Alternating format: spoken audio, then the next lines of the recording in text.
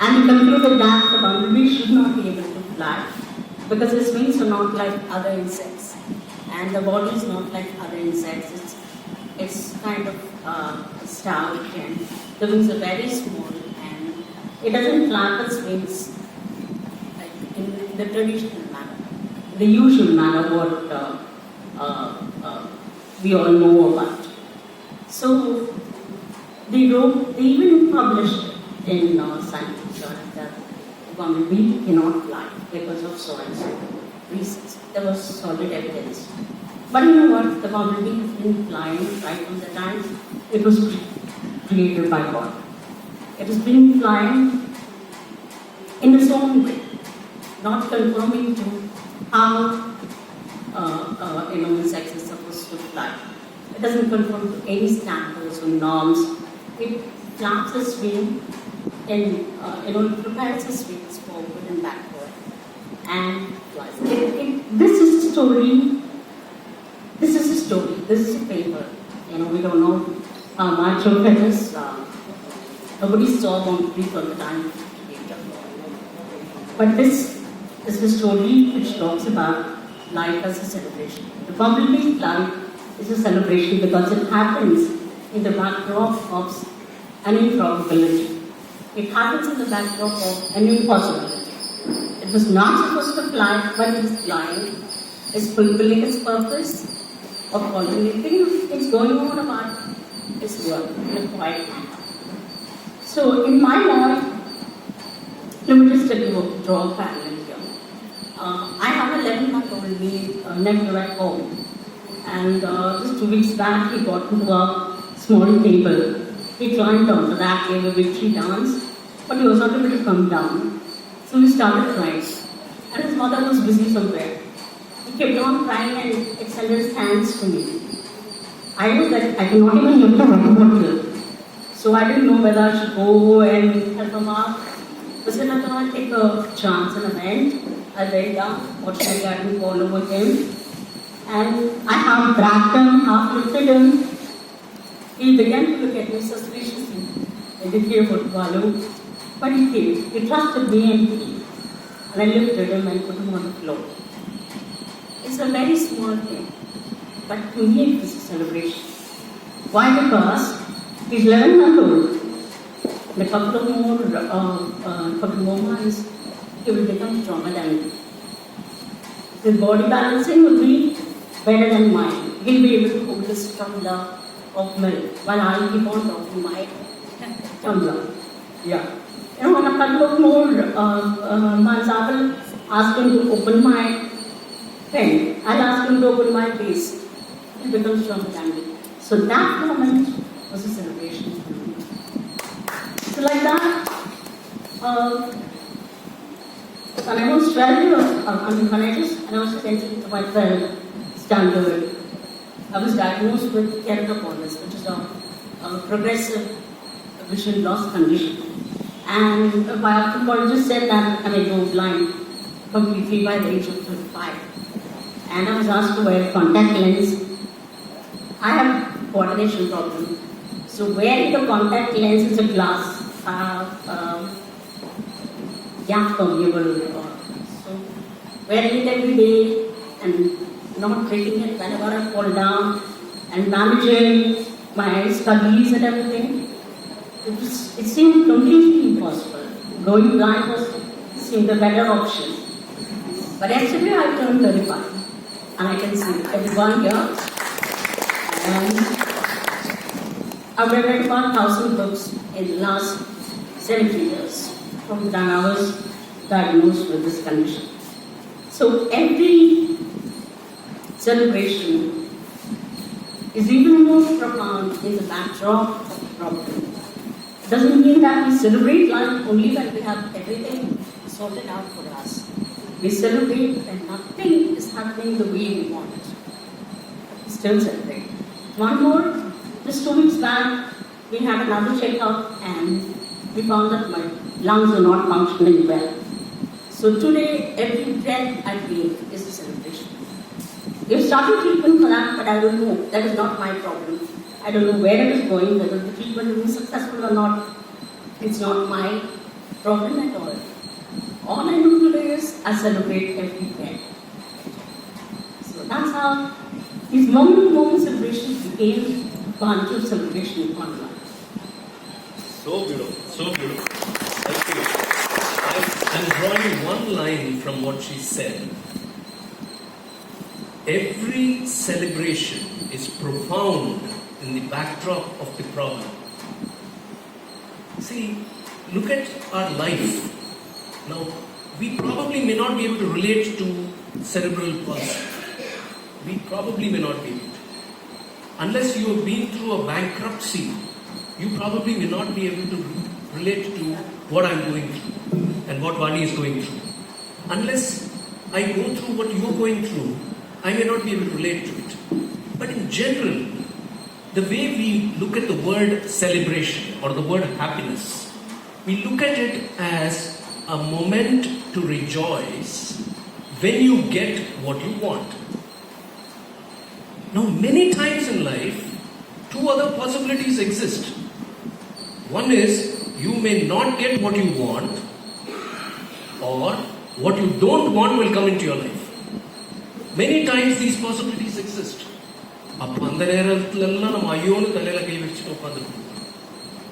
So when you get a raise, you get an income raise, when you get a newborn baby at home, when somebody proposes to you, you find a companion in life, or you win a jackpot, you throw a party, you dance, you celebrate.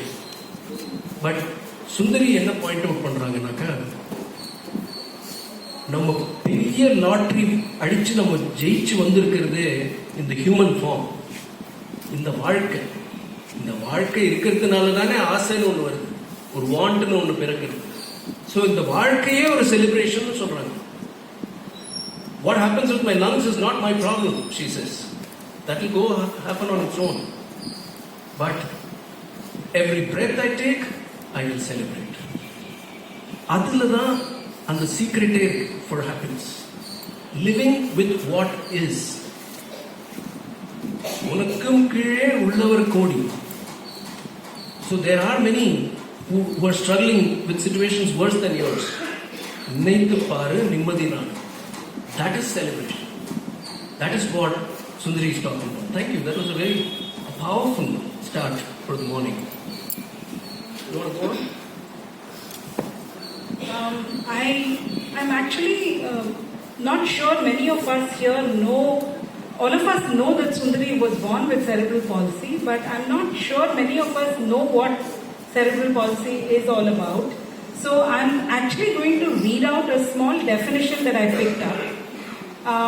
It says, cerebral palsy is a neuroskeletal and muscular condition that limits most physical activities and poses severe challenges in day-to-day living, causing problems with vision, hearing, balancing, coordination, muscle power and motor skills. So when you hear this definition, I think you'll understand that what is very normal for all of us, like holding your water bottle and taking a swig of water, is just not so easy for Sundari. Okay, a fan blowing air into your face is nice for us, but not so for Sundari. Yeah, because she's scared. She said she wears contact lenses, and she's scared that the contact lenses will come out. Many of you might be wondering why she has to do with a mic on a stand. That's because she can't hold a mic like us for a very long duration. And that's where, what she said about celebrating every little moment. It's not about celebrating something very big. Celebrating life is about every little moment. What she said about picking up her little nephew, 11-month-old nephew, who had climbed a table and didn't know how to climb down. Bringing him down successfully is a celebration. So every moment is a celebration. So let's not wait to celebrate life on special occasions and on days when things that we want happen. They may not necessarily happen the way we want them to. So Sundari, I have a question for you. I'm curious to understand, how is it that you don't feel bitter that, these things happen to you? from your book, I understand that as soon as you were born, the first 1 hour of, just after you were born, was very critical to the condition that you have today. And how is it that it doesn't cause you any bitterness? For the benefit of the audience, there's a very powerful paragraph. I'm going to read that paragraph from Sundari's book. This is actually from the last paragraph of the prologue. It's called The Forgotten Cry. I did not cry when I was born. As I made feeble attempts to suck in the precious air around me, the cells in the lower part of the brain, the cerebellum, began to die, one by one. If time turners were not just mere elements of science fiction, the first hour could have been replayed differently. Somebody could have pinched me hard enough to send me howling. They would have woken up the cells and set things in order. Having chosen to write a non-fiction and not a flight of fancy, let me stick to the actuals. Within that first hour, thousands of tiny cells in the cerebellum switched off peacefully, one by one, permanently, irreversibly. That's from Sundari's book. Sundari, I also realized that for a long time, I think even up to the age of 9, your caregivers, essentially your parents, had no clue or idea how to treat this condition. In fact, they did not even know the name cerebral palsy till you came to Chennai. And a lot of probably precious time was lost, in trying to teach you how to walk or to make your legs stronger because they believe something wrong with your legs. So, how is it that it doesn't make you bitter? Do thoughts come to you that could someone have not pinched me when I was born so that, I could have just screamed and things would have been all right? Or could somebody not have told my parents what this condition was about? Maybe if I had received therapy earlier. But you're full of life. I mean, I don't see you complaining or feeling bitter. Well, I'm someone who believes in the utility of whys and what ifs, But that doesn't mean that such thoughts never crossed. They did. We are not saints, and we have gone through every emotion to be here in Chennai. So those 9 years, yes, it was a blindfolded, a marathon. We didn't know where we were going. And I was just watching my parents going from one hospital to the other, going from one treatment to the other. But I was not too affected because, I don't know, for some reason it did not affect me. Because I was just watching them as an observer. And of course I did not like doing the exercises or, those things affected me, but I was watching them going to each hospital or whenever they have to meet a new doctor, they would go with so much of hope. There was so much of positivity and excitement that day. But when we come back, the hope will come further down. So I was watching this cycle, and not just hospitals and medicines, it was also about going to temples, mosques, churches, and it was just I also noticed my extended family, my cousins, my cousins, that whenever we pray at a puja or when we go together to temple, they will say, Sami Akanak. So it was all about having to walk. It was all about, once she walks, she'll be fine. We can start living. It was like that. I remember my mother, at one point she was walking without chappals. She completely avoid chappals because somebody had told her you walk without chappals, and she was like, no, my daughter was not able to wear chappals or shoes or walk. So why do I need chappals? I put on chappals once, she starts walking. So Everybody was waiting for that miracle to happen. Walk, and then it will be alright. And only after we came to Chennai, and I was 9 years old, and when we learned about cerebral palsy for the first time, it was like a big relief. Ideally, it should have been like a dead end, knowing that your condition is permanent. It should have been a dead end. It should have been like a door closed on your face. But to us, it was like all the doors opening. You know? Because there was no more staring at something which was unpredictable, something which we don't know whether will happen or not. And it was only after we learned about cerebral palsy and we learned about the irreversibility of the condition, we began to focus on skills that I already had, which we ignored since until then. So it was only at 9 they began to, after I was put in the special school, and we have specialists here from the special school, they know the importance of early intervention. So for cerebral palsy, it should have been done within the first few years, before 5 years old, right? 6 years. So after that, exercises and physiotherapy will be a part of my life. But I also have other aspects of my life which we began to focus on. So, till 9, yes, there was a lot of witness. There was a lot of whys. And I had also asked him, when I was really young, I remember, it seemed that I was the only one who could not walk, and everybody was standing. I also had a sense of guilt. Because people around me made me feel that I was not trying enough. So plant your feet properly and stand, I was not trying, but I'm not standing. So I didn't know how to explain to them. I didn't know, because I myself did not understand the condition for a long time.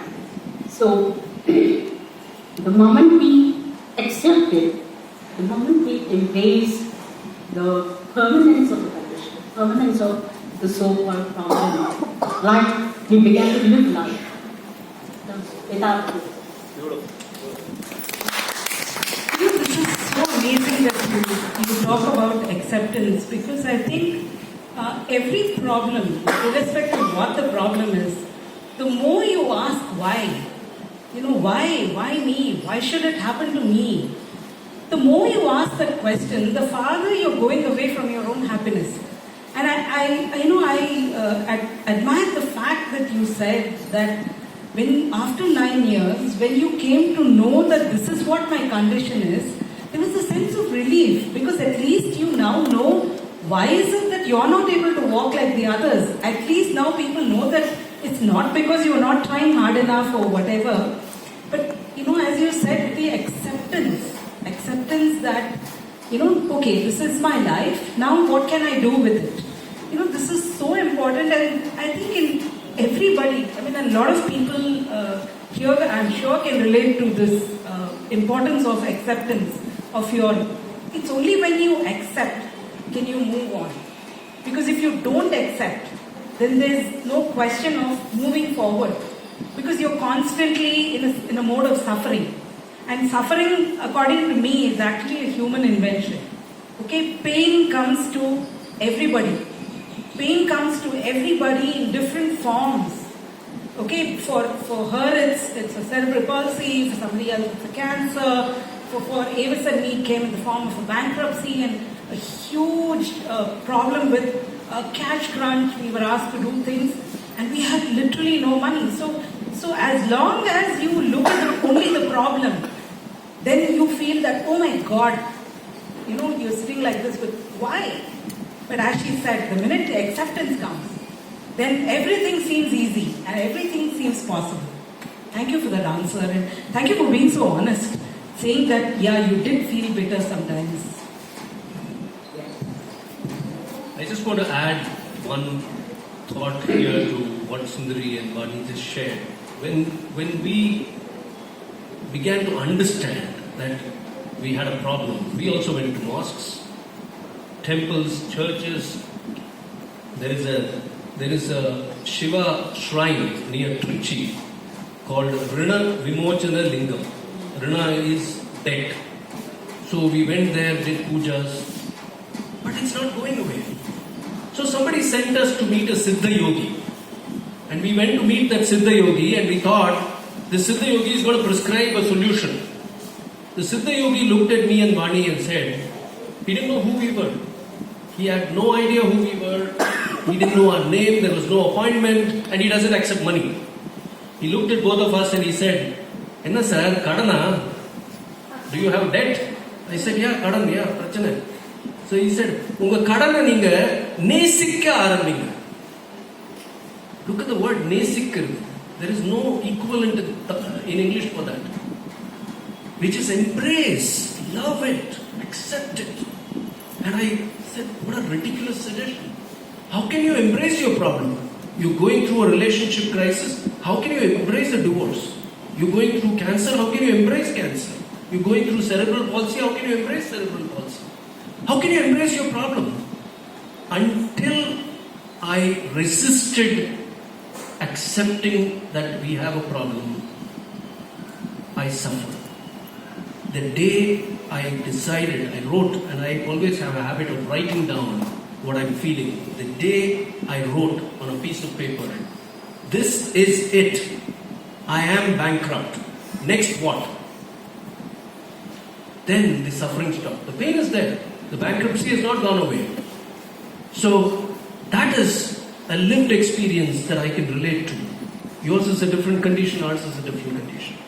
So let me go on and ask you my next question, which is actually connecting to what I just said and what you also shared. It's very difficult to survive any prolonged problem that refuses to go away. It is very difficult. It's tightrope walking every single day. In your case, it's also an irreversible condition. At least in a financial situation like ours, we both can be hopeful somewhere that something will open up, a way will come. But in a cerebral palsy condition, it's irreversible. Who or what has helped you immensely in accepting and in making every day a small celebration for you? Can you talk a little bit about that? Living with a lifelong condition does take its toll from time to time. There's no denying that. And I think once you understand, it is about understanding, it's about embracing, that word embracing. The moment you embrace your life with its flaws and with its conditions, once you understand the limitations without denying the limitations, I think you will get the strength and the means to balance out what is not there. You know? And in my case, I've been abundantly blessed in terms of my family.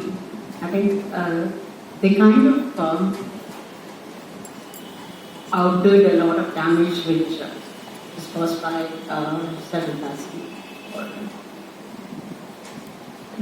You know, I don't know how to put it, but when you don't have something, there will be something else in your life to do the balancing act. And in my case, it's been my family, especially my mother. And because she was like a springboard, I could always come and rant and cry to her. I could bash life as I do anything, and still at the end of the day, I can feel good about life. I can feel good about having this body. And it was a day-to-day, it took day-to-day work. You know, doesn't mean that tomorrow I can be completely, what do you say? I cannot say that every single day will be the same. It takes a lot of work and decision to inspire yourself every day.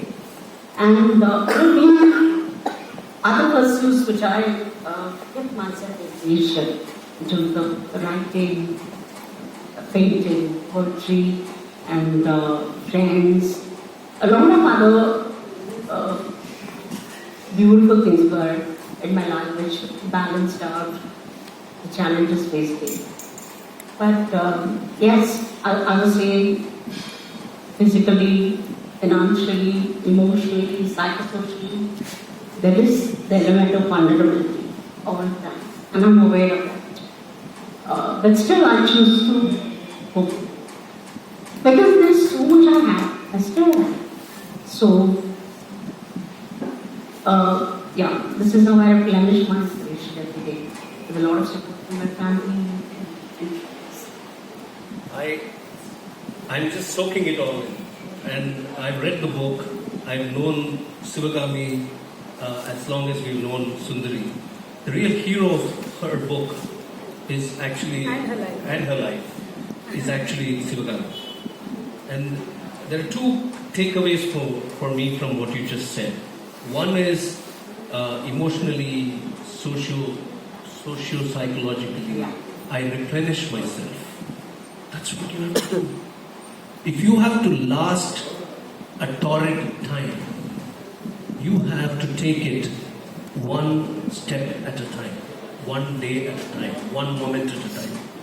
Do not expect a magic wand to come and solve your problems overnight. It is not happening.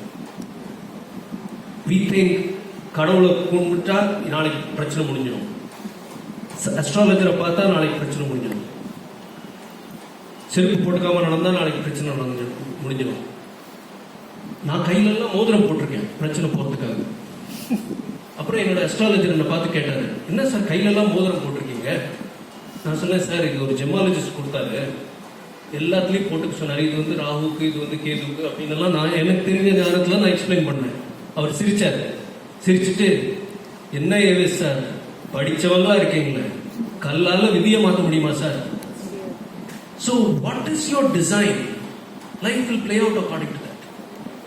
The other point I pick up from you is when something goes wrong, when one department shuts off, some other department will thrive. In her case, it's the family led by a woman of phenomenal substance, Sivagami. அவங்க தாங்கி அந்த சுமை தாங்கிங்கிற வேர்டுக்கு அன்பாக தாங்கின ஒரு emblem she is. Would I be right? And அந்த புக்கை படிச்சாலே you get that feeling that without that rock support this would not have been possible.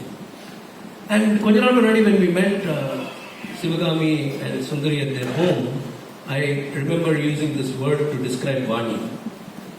தமிழ்ல ஒரு வார்த்தை இருக்குங்க, துணைவி. அதுக்கு ஆங்கிலத்தில் you can't translate it. You can say companion, you can say wife, you can say lover, soulmate, but soulmate falls very weak to the word துணைவி. எனக்கு எல்லா சைட்லேருந்தும் எங்களுக்கு அடி வாங்கின போது கூட துணைவியா இருந்தது Vani. So that is the beauty of life. Somebody asked her in one program we were doing like this, we were in a conversation. Somebody asked her, Avis tada paname illiye, why, how come you are still with Avis? So she said, I met him when I was 20 and he was 19. And he didn't have panam at that time. Today also he doesn't have panam. But he hasn't changed. The person has not changed. His value systems have not changed. And I think her ability to see me in that light, அதுக்கு பெரிய மனசு வேணும். அதனால தான் நான் I could relate to the point you were talking about, that when something shuts out, something else thrives. And it's not as dark as we think it is. There may be a physicality to the darkness, but அதில் ஒரு அர்த்தம். இன்னைக்கு, if it had not been for her cerebral palsy, she would not have learned what it means to celebrate life. If it had not been for our bankruptcy, we would not have learned to come and talk about happiness because we've experienced it while living through it. There, a wonderful lady is sitting there, Neerja Malik, 2-time cancer survivor, conqueror of cancer. And she has been able to talk to people and inspire them. She's written a book called I Inspire. She would not have written that book, which has touched thousands of people, if it had not been for her crisis. So ஒரு crisis நம்ம வாழ்க்கையில் வருதுனாலே அதுக்கு ஒரு அர்த்தம். There is a reason why it comes. That's what we have learned, and it always makes you, it might be hard to believe if you're going through a crisis, you may not be able to immediately wrap your head around this, but every crisis makes you stronger, it makes you wiser, and very, very important, it makes you happy. Right? So that's what I had to say. Now, I had a question for you. Or is it, sorry, it's time for me first or Sundari, when we opened this conversation, you told the audience about the bumblebee. Maybe some people who came in later missed that. Basically what she said was the bumblebee as an insect is not meant to fly. Okay, the scientific journals had calculated the wingspan of the bumblebee and the weight of the insect and the fact that it can't flap its wings very fast and published saying this insect cannot fly. But irrespective of that, the bumblebee flies, which is why this book is called The Bumblebee's Balcony. So, I just want you, Sundari, to share with us what goes on in your bumblebee's life every day. What happens? I mean, you are an author, you're a poet, you paint, you talk to people, you keep a full-time corporate job. How do you do all this? I mean, what goes on? Can you describe your life to us? In a book that I just born a conversation which I had with one of my cousins. This is a cousin whom I lost touch with in between. And then when we were talking over the phone, and she had completed her master's and taken up a job as a teacher. To me, it sounded very exciting to work as a teacher with kids. And I was asking her, so how do you like your job? She was like, oh, so you don't like it? I have a job, and I thought, you really wanted that, right? I asked her. Yeah, I have, it is going on. Okay, so what are your hobbies? We were coming to the hobby. And she said, hobby, I learned a conno. So do you paint now? Do you paint color and time together? Do you know cooking? Okay. That's Amma Bangana Sampradaya. So I was like, I don't know further, go ahead to the conversation. So I was like talking a lot about my hobbies in my life, and which is very mundane. But to me it was like amazing. And I was trying to get some kind of appreciation for life from her. But all I got was, so it was a lot of sighs, and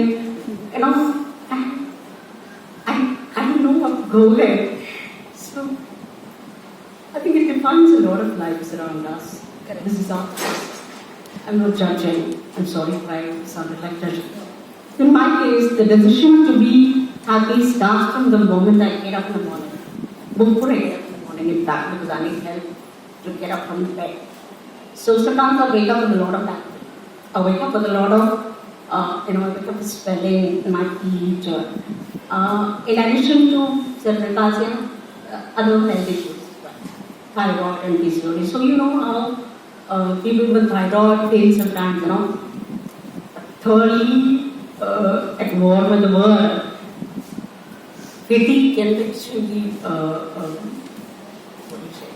Yeah, challenging. Yeah. So I wake up with that kind of physical and emotional state sometimes. But I lie on bed and I try to plan the day.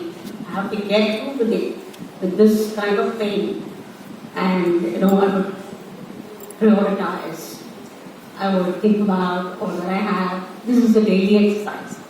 I'm not telling just for the sake of audience, but this is a daily exercise. Some days are good. So I don't have to spend a lot of time pondering. But most of the days I would plan out the day. I would think, what is that I really need to get done? And because I have a full-time job, I work from home and I have flexibility, but still, targets are targets. And I'm part of a regular team. There are no concessions or anything of that sort. So, I keep working on this in my mind. And by the time I called my mother or my assistant to help me get out of the bed, I fill myself with a lot of joy and confidence for the day. Because I have to pass it on to them. They're coming and helping me, and she'll help me use the restroom to get dressed. And I'm not I'm not easy to be with. So I have my own tantrum that.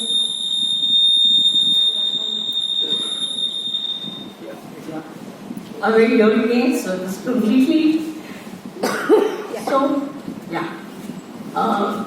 By the time my mom comes into the room, I wish her, and she wishes to be back, and we get going with David.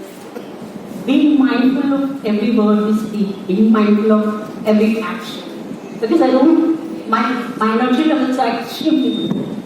I will collapse in between the day. I will have to lie down, take rest, and then get on with the rest of the day. So there is a lot of planning, a lot of time management, a lot of delegation or all management concepts I apply to my day-to-day life. So, and then I also have to spend at least 2 to 3 hours exercising, breathing, meditating, resting, and then again I have to recover from all that. And then there is work. So it's like a lot of planning goes into this. There's a lot of balancing as well. Because I can't take breaks for 5 minutes or for 10 minutes. I need to take breaks for 2 hours at a stretch. Because it takes about 20 minutes for me to go to the restroom and come back. And then I get very tired. So, yes, this is how my days are. But within this, I manage a communication job, which is a complete world by itself, both internal and external communication. We do a lot of group calls, writing publications. We do a lot of marketing collaterals. I work with designers. I work with PR team. I work with external stakeholders. But yes, with proper planning, I'm able to do all this in a day. And there is a lot of traveling too. Yeah. And to me, every travel is a yatra. For someone who loves geography, geography was my favorite subject. I was always fascinated about places and traveling. But over the years, I found every means of transport closing on me. So one by one, I couldn't get onto one or two and go. I couldn't travel by train. I couldn't travel by bus. It's been so many years since I went on a bus. I cherish all those memories. I'm not negating those memories. I cherish all those memories, even though I can't do those things now. Now, I've been told that flight travels are the easiest and most suitable for me. But when time came for jet setting, that was when after I started this job, flight travel has its own challenge. Every time I fly, I would wonder that I'll get my digit back in one piece. Every time I fly, I train a bunch of people at the airport on handling people with disabilities. I don't get frustrated and I do it very patiently because they have not been exposed to individuals with disabilities or handling them. And there are lots of not so good experiences as well. Because sometimes it's very difficult to convince people to look at your way of things, especially people who handle wheelchair, who help me out of the aircraft. They will be like, or being given the number, or be like, no, I couldn't do it. No, you can't do it now. Only I don't think I have a wheelchair. Even I can walk till yet. Why wouldn't I walk the rest of the distance? And I've had falls inside the aircraft. I've had swellings, and it's part of the journey. But whenever I overcome, I wouldn't say overcome, I have accepted all this as part of my travel. But still I take up travel. Nobody forces me. I do it because I want to. And I do it because of my crazy family again. They push me to try out whatever we can. Because in future, we may not be able to travel. And you know, every travel has opened up beautiful opportunities and experiences for me. Recently, I went to Meghalaya last month. And you know, there was a lot of mourning because there is a 7-hour road trip from Guwahati to Shillong and then to 1 hour to Cherrapunji. We stayed at Cherrapunji, the better place, and no drop of water should get inside my joystick or my battery or my hearing aids. But still I went. I had 6 raincoats with me, and we went, and it was a very, very beautiful experience. It was a very bumpy ride, all right, but we did it. We did it, you know. And the same way, I had a lot of support from my sister as well. Her name is Lakshmi, like she said. So she was like, you know, whenever she comes with me to office, whenever she waits in the AC ward, she gets very bored, and because of that, she feels very feverish, and you know. So by the time I come back, I come out of my meeting, she will be like, "I had a fever from wrong. I will not be able to come out." Every time she will say that, you know, I cannot bear this AC. But I came from to Delhi during winters. You know how Delhi winters can be terrible. And this time when I went, there was hailstorm. Yes. I was sure she would quit the job and go. Because she think that I'm not able to manage.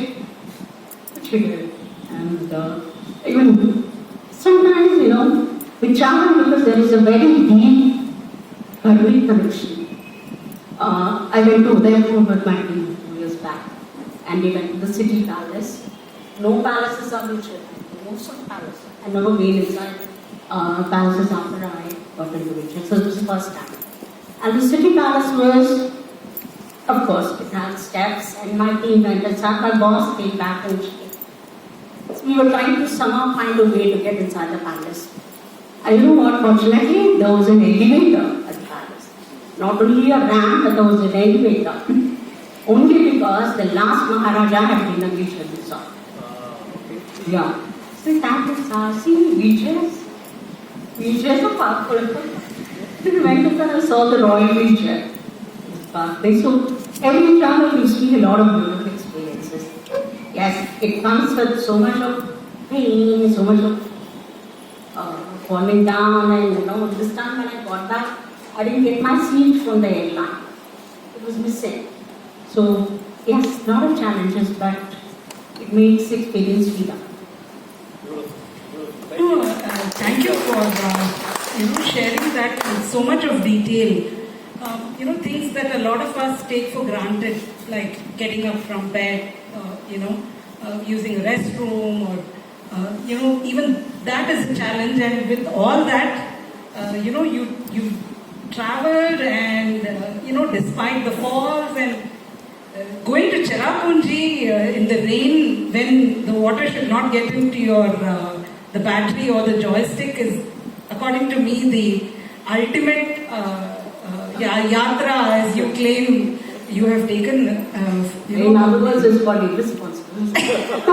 Irresponsible? No, I would say that. I mean, I admire you. In fact, there's a song in Tamil. It's very popularized by M.S. Subbalakshmi, written by Rajaji. Starts Kurai Ondrumillai. So when I hear you talk, that song is playing in my head. Kurai Ondrumillai. That's the way you lead your life, and amazing. Thanks for sharing that background about how you live every day. I am drawing the word, a very powerful word, resourcefulness. Resourcefulness is a very important word. See, you can immediately connect with Sundari and use the word resilience. Resilience is the தாங்கிக்கக்கூடிய சக்தி அவங்களுக்கு இருக்கு. நமக்கு எல்லாருக்கும் இருக்கு. Resilience வந்து it is a natural response to life. But அந்த resilience நம்ம கொண்டு வரணும்னாக்கா we need to activate it. அதை ஆக்டிவேட் பண்றது எப்படின்னா, இப்போ நம்ம ஃபோன்லலாம் நான் இந்த ஃபோன் எடுத்தால் சத்தம் வரும். ஸோ நம்ம ஃபோன்லலாம் எப்படி ப்ளூடூத் இருக்கோ inbuilt, it's given by the manufacturer. Okay, you have to activate the Bluetooth for you to use it. அதே போல தான் ரெசிலியன்ஸை நம்ம ஆக்டிவேட் பண்ணுவோம். அண்ட் ரெசிலியன்ஸ் எப்படி ஆக்டிவேட் பண்ணுவீங்கன்னா இவங்க செய்கிற மாதிரி there is a problem and I have to work around that problem. அதையே பார்த்துட்டு இருந்தோம், அதே புலம்பிட்டே இருந்தோம்னாக்கா you will get stuck in it, but work around it, and that is where resourcefulness comes in. எது இருக்கோ அதை வச்சுக்கிட்டு மேனேஜ் பண்றது பேரு தான் ரிசோர்ஸ்ஃபுல்னஸ். இப்போ வீல் சேரால நம்மளால எங்க போக முடியும்? ஏன் போகக்கூடாது? போயிட்டு வரலாமே, போய் தான் பார்ப்போமே. That attitude is resourcefulness, and that's what I'm picking up from you. So I heard you call it a yatra. I would say your entire description of a day in your life, your description of your travel, to me epitomizes the true principle of life, which is every moment is a deep dive, it's a bungee jump. நிஜமா பார்த்தோம்னா அடுத்த வினாடி இங்க என்ன நடக்கும்னு சொல்ல முடியாது. Our life can change in a nanosecond, as we have seen around us all the time happening. So, but we think because we have emotional security, financial security, social security, ஒன்னும் ஆகாது அப்படின்னு இருக்கும். The most fragile thing in the world is your life. In the universe is your life. Anything can happen. And அந்த வினாடியில நம்ம குதிக்கிறது வந்து ஒரு deep dive. That's what you are saying, you are doing. So I would call it adventure. It's very, you're a very adventurous person. Yeah, there is an adage which has guided my life all along. An adventure is an inconvenience rightly taken. An inconvenience is an adventure wrongly taken. Wow. That's why it's not mine. They want you Can you repeat it? Can you repeat it? An adventure is an inconvenience rightly taken. An inconvenience is an adventure wrongly taken. Thank you. But let me ask you something that's coming into my head right now, a question. In your book you talk about, so you have this adventurous spirit, you have the resilience, fantastic, but in your book you talk about, and a little while ago you talked about other health problems that you have. So in your book I noticed that you talk about your diminishing physical faculties, right? Now the moment something affects our physicality, our health, our sense of insecurity grows manifold. Okay, it is much bigger. The fear factor is much bigger when it comes to health. So, are you not plagued at any time by fear, insecurity, worry, anxiety? Those debilitating emotions, don't they come to haunt you, Sundari? That on one side you have receding, diminishing physical faculties, your parents are growing older, and you are not knowing, for example, you said, I don't know what's going to happen with my lungs. That's for them to figure out. Okay? But still, how do you deal with fear and insecurity? Yes. I deal with few words by being afraid. I feel all these emotions very deeply. I don't avoid those emotions. But there is a difference in the way I deal with them now and when I was younger. Especially in my teens, I was not able to cope with the changing body abilities. Because when I was younger, yes, the person was bipolar, but it is not progressive. It's not a progressive condition, but it's not a static condition as well. And the change didn't happen overnight. Not like an accident. You meet with an accident and you lose your abilities, and then you get into rehabilitation, go back to know how to use your body according to the new physical ability. It was not like that in my case. It happened in installments, It happened over a period of time. There was a lot of change, and I couldn't grapple with that. Till I was 12, 13, till I was 16 years old, I was able to climb stairs. My house was on the third floor, we didn't have lifts. Initially, it was taking me less time and less energy to climb. But over a period of 2 years, it was becoming very difficult to climb. And I would fall down in between, fall down on the steps, and slowly move house to the ground floor. And then I lost it completely. Not because moving to the ground floor, I was losing it anyway. It was just making it difficult. And when I was a kid, I used to dance. I used to be on the wall and dance. I'd give a stage performance at my best schools, faster. I used to participate in sports. But and I could lift up both my hands above my head. But over the years, I could not do all that. And with those abilities, I was trying to find an identity. Where do I stand? Do I have this ability? Will I have it tomorrow? Because tomorrow it may not be there. One day I was able to write well, the next day I wouldn't be able to write. So it was so confusing for me, especially with my hearing. Hearing was, as it is, when you have a hearing challenge, it's more difficult than having a physical challenge because it's obvious and this is not obvious.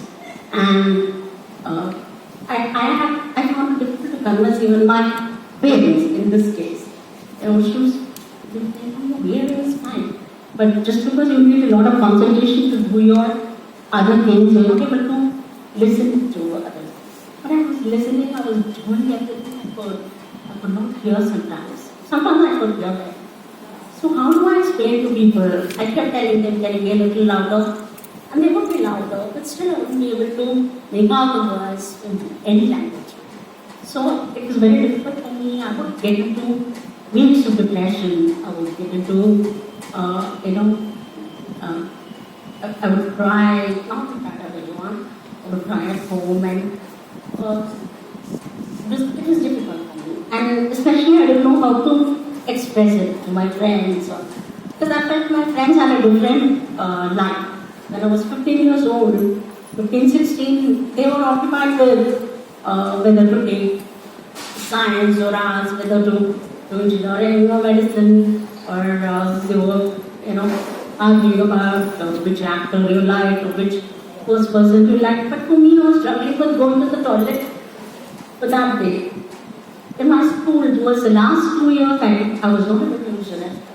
So if I leave the house at 7:30 in the morning or come back at 4:30, throughout that time I wouldn't use the restroom. So that was adding to my pressure. It was difficult.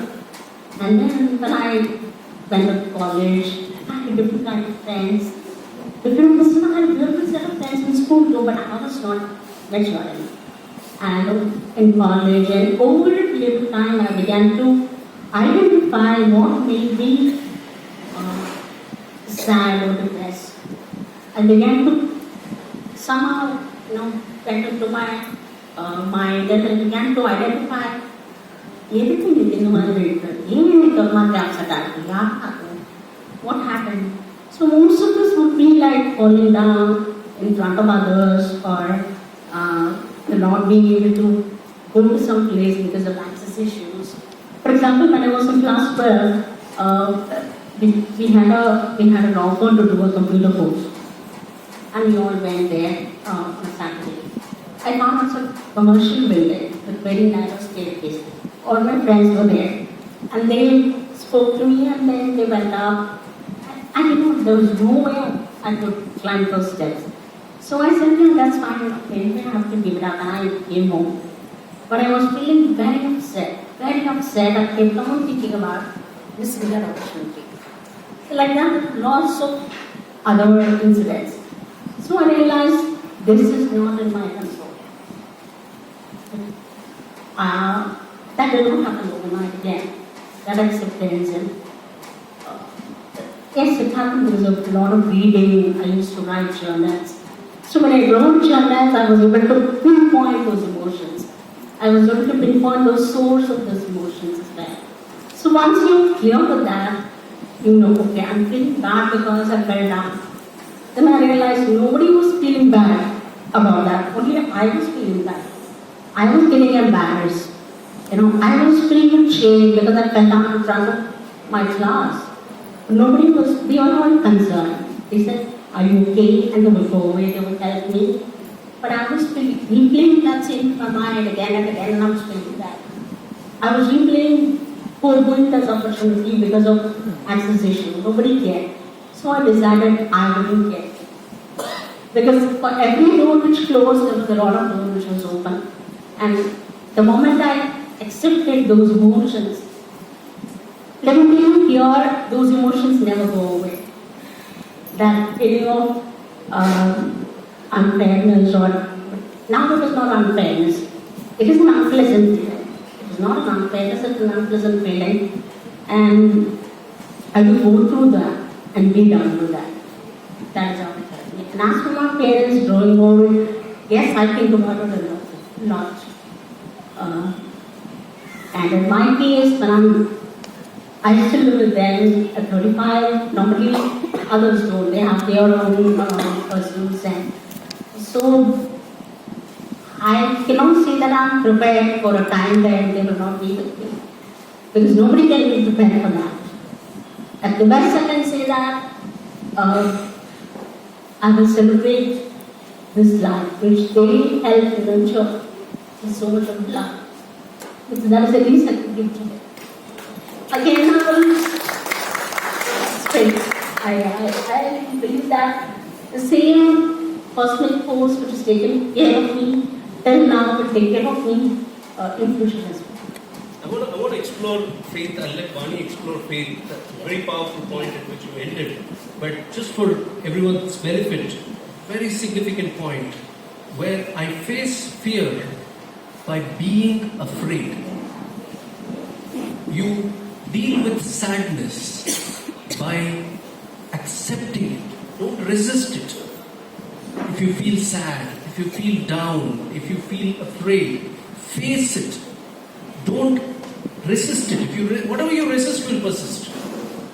So, when you accept it, you will often find all the debilitating emotions that come to you, that haunt you.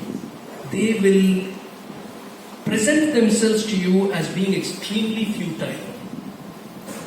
When you understand the futility of being afraid, when you understand the futility of sadness, you will set it down and you will move on. Look at her life, look at our life, look at your life. One thing is for sure, all of us are only temporarily able. We think we are all fine, but it's all temporary. This kannadi itself that I'm wearing is like her wheelchair to me. I need this to see. All of us are going to have our faculties go away one after the other. Right? So which means I gained wisdom at a young age. Exactly. I was about to come to that point. You've learned it so early on. You've understood it so early on. And that's a blessing. The other thing is death. The moment we look at death, we don't like the sight of death. But death is a constant companion from the moment you are born. If there is something that you can be sure about in life, is that you're going to die. And everyone around you is going to die. Be prepared. Accept it. We are all speeding towards our deaths at different speeds. So when you are alive, in the Varka Irikkum Varaida celebration, celebrate. That's what I'm picking up from you. So it's important that we discuss this. Do not resist fear. Do not resist the negative emotions. Understand them. You become aware of their futility. Set them down. Then every moment will be a celebration. Yeah, I just want to pick up from the last part of what you said, Sundari. I want to ask you about faith. Okay, and when I say faith, I'm not talking about God or a religion or a practice or a ritual or anything like that. You spoke about celebrating life and whatever energy has created you will help you take you forward. So that brought me to this question on faith. What are your thoughts on faith? And what are your thoughts on people saying everything happens for a reason? What do you think of that? Do you believe in that? Do you believe in destiny? I truly believe in. For me, nothing makes more sense than everything happens for a reason.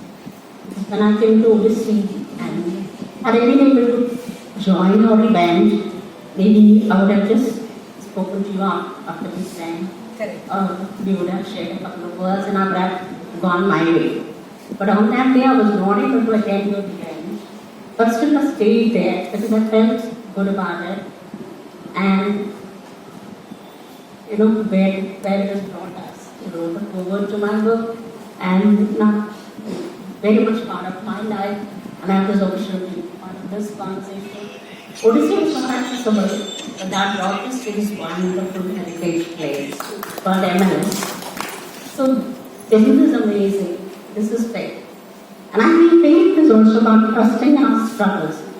When we go through a lot of pain, let us just trust that, yes, for now it is painful, and don't think about it. Think about it as it's difficult. Just go through it. Trust that it's going to anywhere, and it will take you to a place which is magical, which is beautiful. For example, I'm just sharing something from my life again. I had always been a career-oriented person. I've been a top performer in school, in college, in spite of all the challenges, because that was a ticket to self-respect and dignity from a very young age. Because you're a topper and all friends respect you in some way. Of course, not always that way. There is so much of, I got a lot of love and affection, irrespective of the marks I scored or how well I performed. But that was my mindset. And I had always wanted a corner cubicle. I wanted to call the shots, and I wanted a leadership position in time. But when I started working, I realized sitting at one place for 11 hours was very, very difficult. And within 2 years, I had to let go of that job because it was also not my passion, though it gave me a lot of beautiful memories. And then I took up a job at the New Indian Express, Savannah. There was a dream come true. Again, there was a challenge because it was a night job. I was in editing. I was in the editorial department, works from 5 in the evening, 1 at night after papers go printed. Mentally, I was able to do it, but physically, I was not able to do it. That was the time I got thyroid and blood pressure. So but still I did not give it up because it was a passion. And I was living the dream job. I can't give it up because of back pain or because of thyroid. That was what I told myself. And commuting was also becoming very difficult.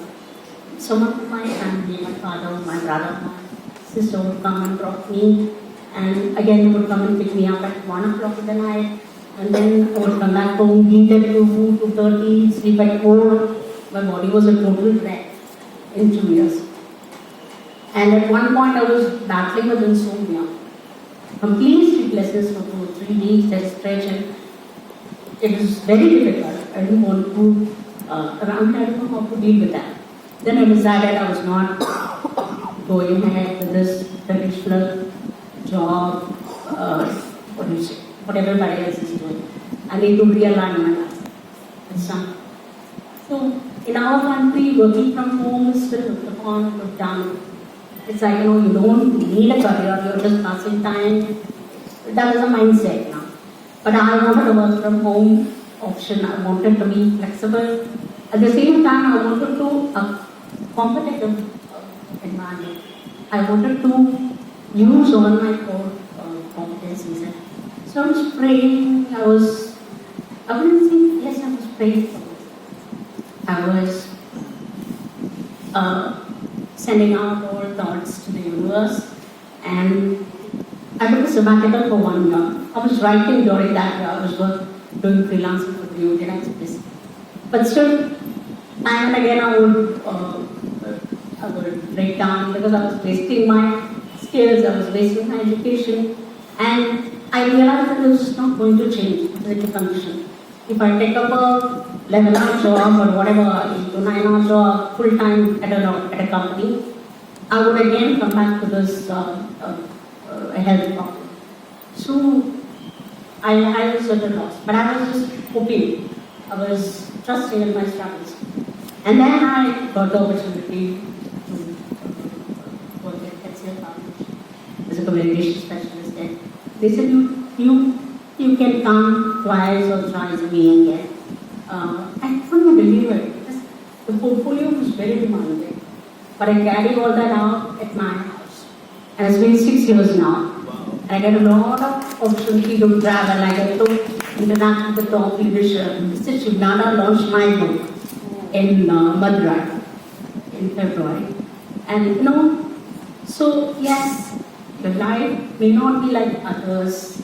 You may not have a reference point to model yourself on. But you trust in the struggle and start creating your own model in full faith, giving your best. I think your purpose will be taking your choice. This is amazing that you use this word purpose. It's phenomenal that you talk about that, because I want to pick up about what you said on faith. You said that irrespective of what you've been given, it might be painful, but you have to believe that it's going to take you to a better place. I was reminded of the song, Ilayaraja song, Tamil song, which says, Maratha Vechavan, Tanni Uttuvan. You have to believe that if you have been created, you will be looked after. And, in the end, you spoke about this purpose part, which is revealed to you. When you do something that you really enjoy, what you've been created for will find you. You don't have to go and find it. It will find you. And that is your purpose. And it's so beautiful you say this, because this very same thing happened to Avis and me. Because when we were going through this crisis and we were trying to understand why are we put in a situation where we have no money and we have to bring up 2 teenage children, we got to look after an aged father. So how do we do all of this? That's when, magically we realized that our purpose was actually coming to us. And the purpose was inspiring happiness. We didn't realize it, that the reason why, you said that whatever you're going through is taking you to a nice place. And later we realized that, this is where it was taking us. Thank you, universe. Thank you for bringing us where you brought us today. So I can so relate to what you said. I'd like to add, again, draw from what she's saying and add a little bit there. Trust your struggles. Virikadi, nesikya arami. That point. Trust your struggles. It's there for a reason, and it's there to reveal your life's purpose to you. Amazing. I would define faith as trusting the process of life itself. And the process of life is lows and highs. It's not a straight line. We are made to imagine that if you study well, you will get good marks. If you get good marks, you will get a good job. If you get a good job, you will earn an income. If you earn an income, you can have a family, marry, procreate, reproduce, have children, then put them through the same straight line logic. But it's not a straight line. Somewhere there, a cerebral challenge will come. Somebody may die. Somebody may go bankrupt. Anything can happen.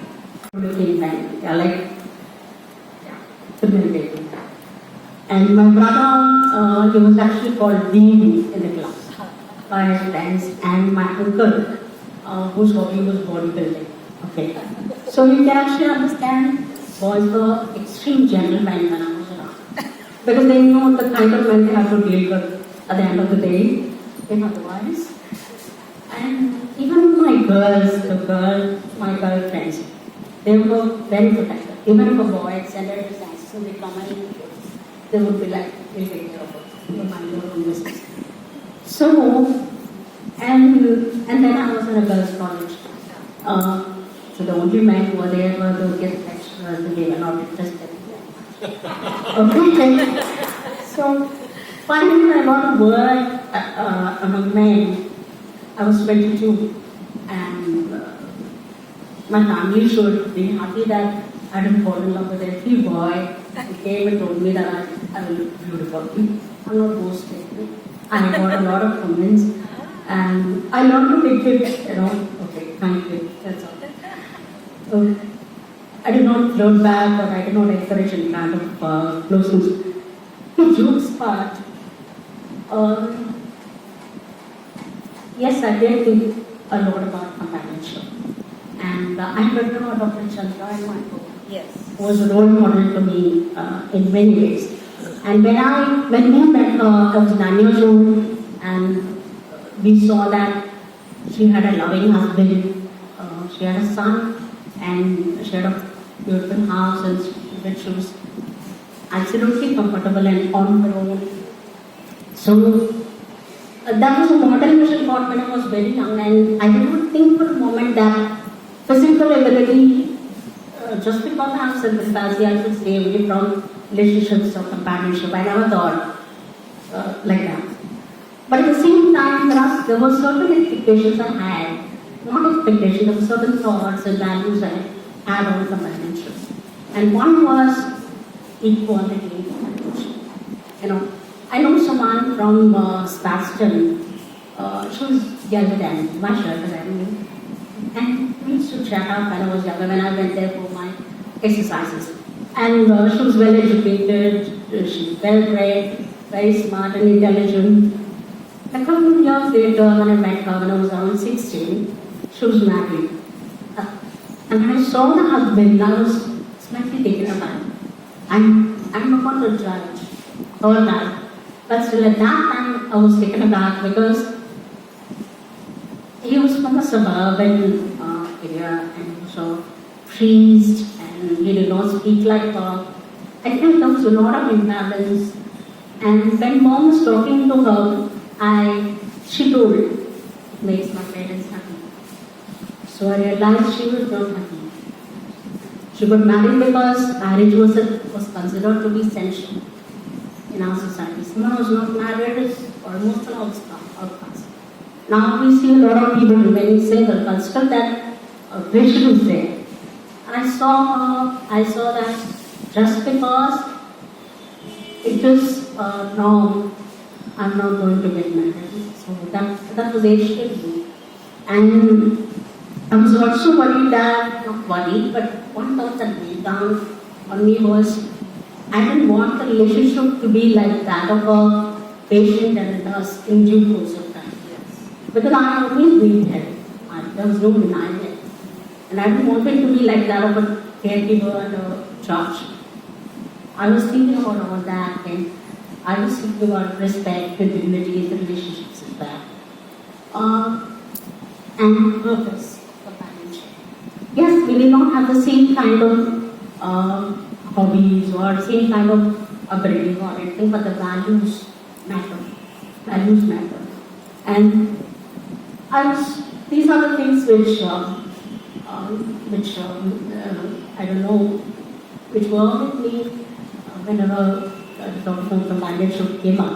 And I did not feel any kind of pressure just because my friends were getting married, just because my younger cousins and my baby cousins were getting married. I just had one pride though. Because my baby cousins, whenever they got married, they would fall at my feet. And they would make me feel very ashamed.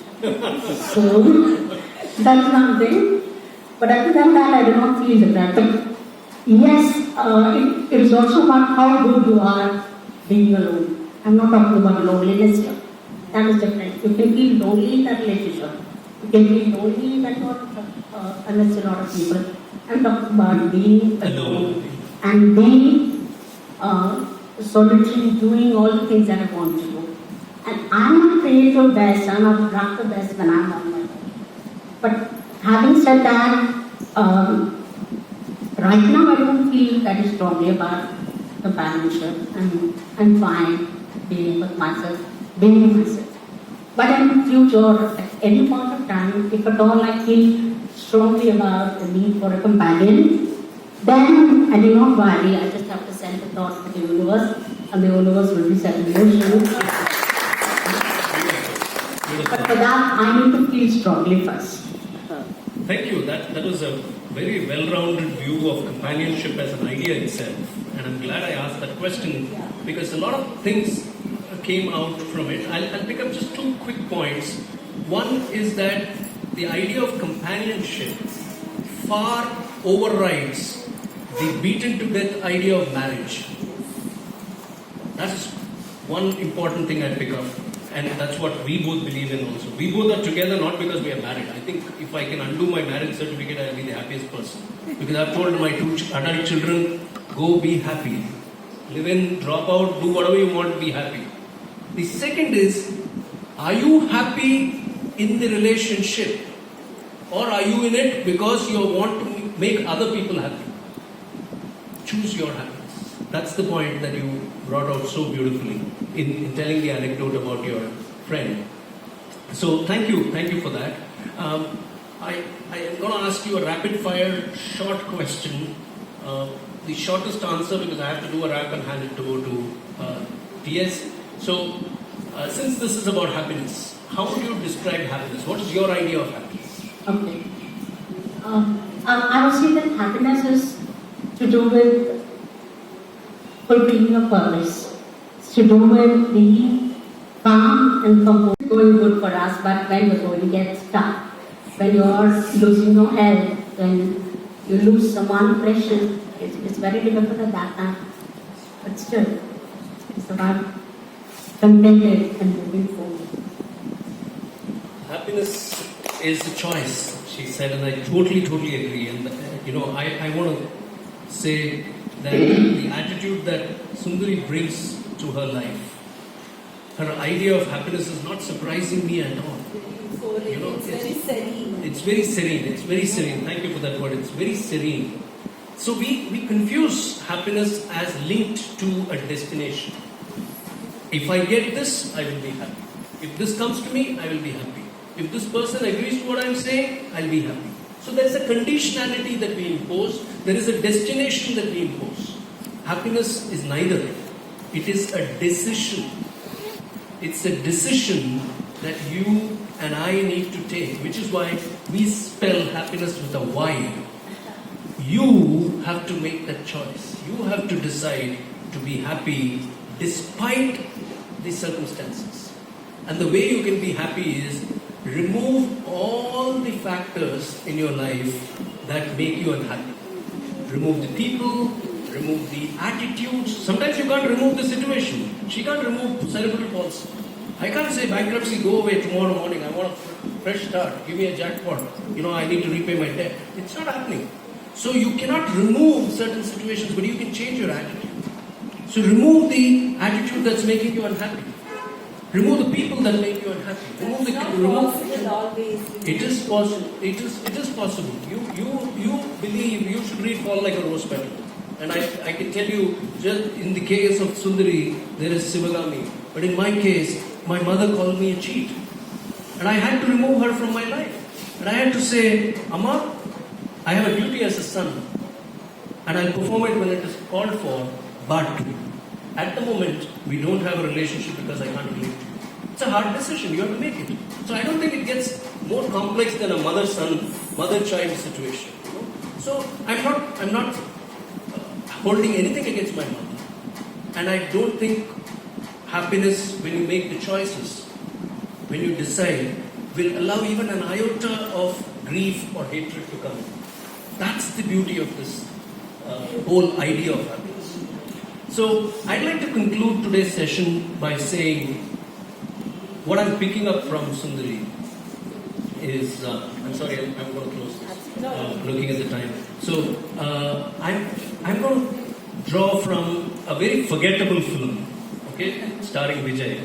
We started with the Tamil song, so I'll end with the Tamil song. It's a very forgettable film, but the song was a big hit, sung by A.R. Rahman. It's from a movie called Azhagiya Tamil Magan. எல்லா புகழும் ஒருவனுக்கே Nee nadi pole odikondiru. I love the second line. And in the early stages of our bankruptcy, when we were like not even accepting it, this song was released and it caught my imagination so much that I explored the idea of Nee nadi pole odikondiruna enna solranga. What is Vaani saying in that song? Flow with life. Life is flowing, this moment is flowing, it's 90 minutes since we started the conversation. It's flown. So you flow with life, you go with it. And don't resist it. If you resist it, you're finished. Mary Oliver, one of my favorite poets, an American, says, all I want to do in life, all I want to do in life is to be dazzled. To be dazzled, to cast away the weight of facts. To cast away the weight of facts. And maybe float just a little above this difficult world. So she says that in life she wants to be dazzled, be amazed by every moment.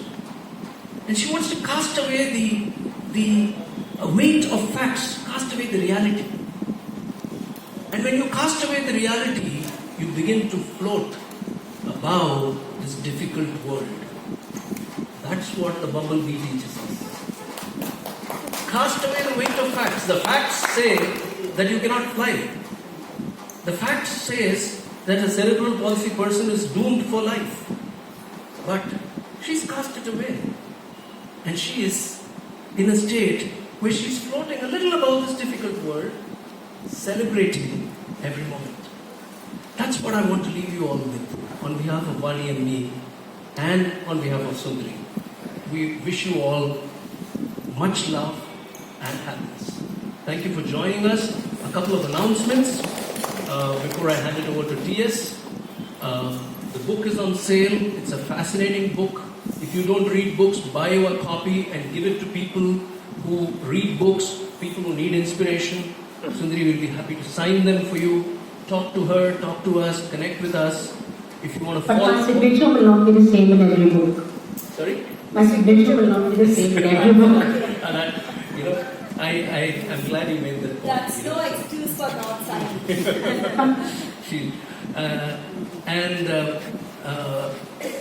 Follow us, Happyness Walas.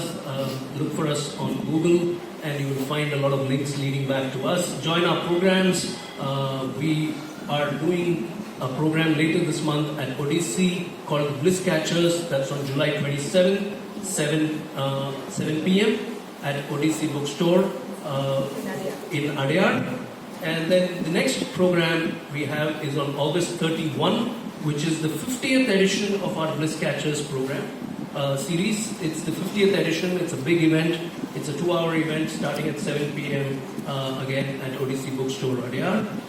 And the Happyness Conversations, the next edition, is scheduled for the 28th of September. So starting this month, Happyness Conversation will come only once in 2 months. It used to be a monthly program. We're moving the frequency to a bi-monthly. So July 27th, Bliss Catchers, August 31, Bliss Catchers, and September 28th, we have Happyness Conversations. We have 2 wonderful human beings on that show with us. We have K.S. Narendran, whose wife was on MH370, which went missing. We have him talking about what it means not to have closure in life. And we have another gentleman, R.V. Rajan, who lost his wife to cancer, who talks about how you celebrate people who have gone away from your life. So the two of them coping with loss, but how are they managing? What can we learn from them? That's what we are exploring September 28th at the next edition of Happyness Conversations.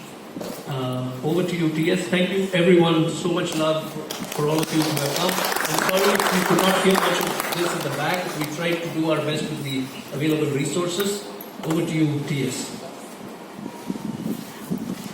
So like you mentioned, thanks for adjusting with the available resources. As you would know, this is a resort. I just want to make 2 points, my takeaway from the beautiful talk. like I was mentioning, everyone is going to die someday. But life starts when you start living. And when you start living means you do it with happiness, you do it with joy. And every day you wake up to look forward to something. That may be a person, that may be work, that may be something, a book, that may be anything, to nature. And you will be the bumblebee for us. From today, whenever we think about bumblebee, Sundari will come to our mind. And also I'll close with something. துச்சமாக எண்ணி நம்மை தூறு செய்த போதிலும் அச்சமில்லை அச்சமில்லை அச்சம் என்பதில்லையே. ரொம்ப நன்றி இன்னைக்கு வந்ததுக்கு. Thank you AVIS sir, thank you Vani ma'am, and thank you so much Sundari இன்னைக்கு வந்ததுக்கு. And thanks to all of you. I'm being here to sharing lessons from my life being with this great couple. I think this is a magical thing. Thank you very much for giving this opportunity. Thank you all for coming. Thank you. Thank you all. 1 minute. Yes. I've got a short form for Sundari, which is DIY. DIY is a short form for you, and you know what it stands for? Daily Inspirational Yatra. So, it's been a wonderful session, and there's so much I could take off, but can I just take 2 minutes of your time? So, AVIS mentioned something like self-pity. Why me? Why me? So something that I tell all my patients is that when you use the word, why me?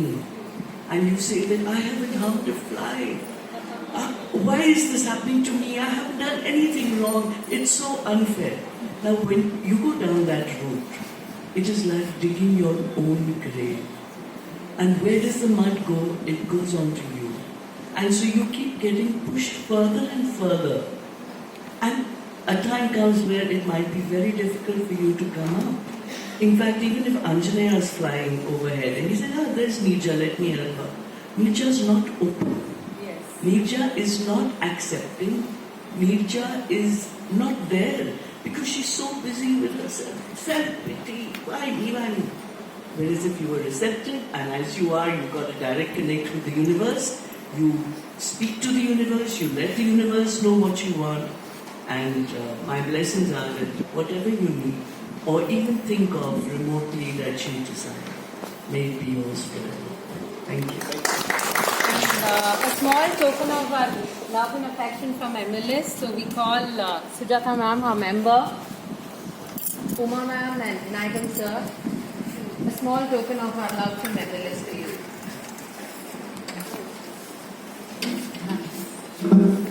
Yes. You are so special to me because for the last 15 years I have been interning with a special person in my life. My granddaughter who is a special child. So I feel people are really special. I got so much idea from you today. I call my special granddaughter also. I learned many things from her. I learned loving people more from her. They are really, really special. So this is on behalf of Madras Literary Society. Madras Literary Society, which I always call my happy hunting grounds. One of my happy hunting grounds. I always hover around here. Oh, at the time I watched Maungaraka. Uh-huh. I wanted to be here. Oh. It happened only today. And a song happened here in Mount Ragan, and we would like to sing a happy birthday song to our heroine of today. So it was her birthday yesterday. So after a long time, can we all sing happy birthday? Happy birthday to you. Happy birthday to you. Happy birthday, dear Sundari. Happy birthday to you.